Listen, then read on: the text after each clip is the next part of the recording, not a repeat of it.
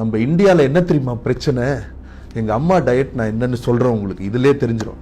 காலையில் ஒன்லி 2 இட்லிப்பா, கொஞ்சம் சட்னி, 2 பிஸ்கட், அதுக்கப்புறம் 2 மாரி பிஸ்கட்டு, கொஞ்சம் டீ. லஞ்சு அதே 2 சப்பாத்தி, ரைஸு, சிக்கன் ஒரு பீஸ் மேபி, கொஞ்சம் தயிர் அங்கங்கே, திருப்பி அதே மாரி பிஸ்கட்டு, டீ. நைட்டு 2 சப்பாத்தி தான், கொஞ்சம் பொரியல். ஒரு ஃபுல் டேல 5 கிராம் கூட எடுக்கலாம் அவங்க புரோட்டீன். இல்ல கொஞ்சம் சிக்கன் 2 பீஸ் எடுத்தாங்கன்னா 15 கிராம். அந்த புரோட்டீன் நம்ம எடுக்காதது எந்த இடத்துல இருந்து நம்ம ரத்தம் உறிஞ்சிக்குது தெரியுமா? எலும்புல இருந்து. அதனாலதான் 40 வயசுக்கு மேல எல்லாருக்கும் எலும்பு அப்படியே உதிர்ந்து போய் ஆர்த்தரைட்டிஸ், உடம்பு வலி எல்லாம் வருது. இந்தியாவில் நம்ம விமென் எஸ்பெஷலி 30 இயர்ஸ்ல இருந்தே அவங்க புரோட்டீன் இன்டேக், அவங்க கேஜிக்கு 1 கிராம் எடுத்தாங்கன்னா அவங்க லைஃபே மாறிடுங்க. அவ்வளவு முக்கியம். ஏன்னா ஒரு இன்ஜுரி ஹீல் ஆகணும்னா, ஒரு செல் ரிகவர் ஆகணும்னா அதுக்கு புரோட்டீன் இருந்தாதான் அதோட பார்ட்ஸே பில்ட் பண்ண முடியும். அந்த புரோட்டீன் இல்லைன்னா நம்ம எலும்புல இருக்க புரோட்டீனை ரத்தம் உறிஞ்சு அந்த பார்ட்ஸ்க்காக கொடுக்கும். ஸோ ஒரு 30-40 வரைக்கும் ஓகே. 40ல நீங்க பாருங்களேன், they all start to deteriorate. முதுகு வலி, முட்டி வலி, தலைவலி, இங்க பேஸ்ல பாத வலி, all starts to affect them. அப்படியே ஒரு 50ல பாத்தீங்கன்னா கால் அவங்களுக்கு அப்படியே இப்படி மடங்கிடுது.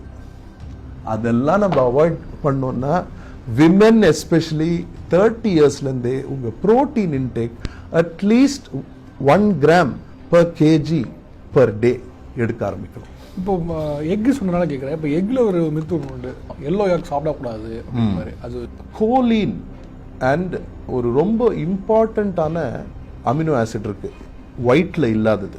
அது ஒரு ஆன்டி ஆக்சிடென்ட். ஆன்டி ஆக்சிடென்ட்னா நம்மள யங் ஆக்குற ஒரு விஷயம். பட் எல்லோல ஃபேட் கண்டென்ட்ஸ், குட் ஃபேட்டா இருந்தாலும் அது கொஞ்சம் ஹை. சரியா? ஸோ ஏ ரேஷியோ என்னன்னு நான் சொல்றேன். நான் 3 ஒயிட்டுக்கு ஒரு எல்லோ எடுப்பேன். ஸோ நான் ஒரு 6 எக் ஒயிட்ஸ் எடுத்தேன்னா 2 yellows எடுப்பேன். அதில் இருக்க அமினோ ஆசிட்ஸும் நியூட்ரியன்ஸும் 2 yolks a day is very healthy for anybody. நேச்சுரல்லாம் இப்போ எக்கு தாண்டி வேற என்ன விஷயங்களை எடுத்துக்கலாம்? இப்போ சில பேர் எக் சாப்பிட மாட்டேன், நான் போகலான்னு இருப்பாங்க, அதனால கேட்குறேன். அப்படின்னா சோயா பேஸ்ட் சப்ளிமெண்ட்ஸ் எடுத்துக்கலாம். வெஜ் ஃபுட்ஸ்லங்க எனி தால், எனி பீன்ஸ், லென்டில்ஸ், தூர் தால், அந்த மாதிரி ஐட்டம்ஸ்லாம் நல்ல புரோட்டீன் இருக்கு. அது ஒரு alternative. Soya and soya products. Soya பீன்ஸ்ல நீங்க பாத்தீங்கன்னா 100 கிராம்ல கிட்டத்தட்ட 35 கிராம் இருக்கு புரோட்டீன். சரியா? இப்போ சோயால இருந்தே புதுசா அன்னைக்கு நான் டேஸ்ட் பண்ண ஒரு ப்ராடக்ட் டெம்பேன். சரி, அதுல 40 கிராம் புரோட்டீன் இருக்கு. ஸோ இந்த மாதிரி இப்பெல்லாம் வெஜிடேரியன்ஸ்க்கு, வீகன்ஸுக்கு ஹை புரோட்டீன் சோயா பேஸ்ட், பீ பேஸ்ட், நம்ம பட்டாணி இருக்குல்ல சார், அதுலயும் நிறைய புரோட்டீன் இருக்கு. அது பேஸ்லயே நிறைய சப்ளிமெண்ட்ஸ் வந்திருக்கு. அதை அவங்க எடுத்துக்கலாம். ஓகே, அது வெஜிடேரியன்ஸ்க்கும் ரொம்ப நல்லா இருக்கும். ஓகே, இப்போ இதுல what about paneer sir? Paneer பத்தின ஒரு இது இருக்கிறதுனால paneer is one of the best foods on earth sir. சரியா?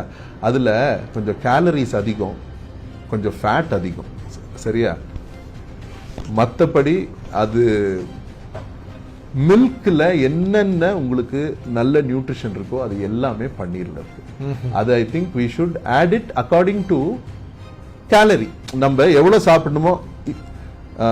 ஒரு நாள்ல நான் 2000 கேலரி தான் நான் சாப்பிட போறேன்னா வாரத்துல அவங்க 2 நாளாவது பன்னீர் இல்ல டோஃபு டெஃபினட்டா they can add. ஓகே, எப்பவுமே பேலன்ஸுங்க.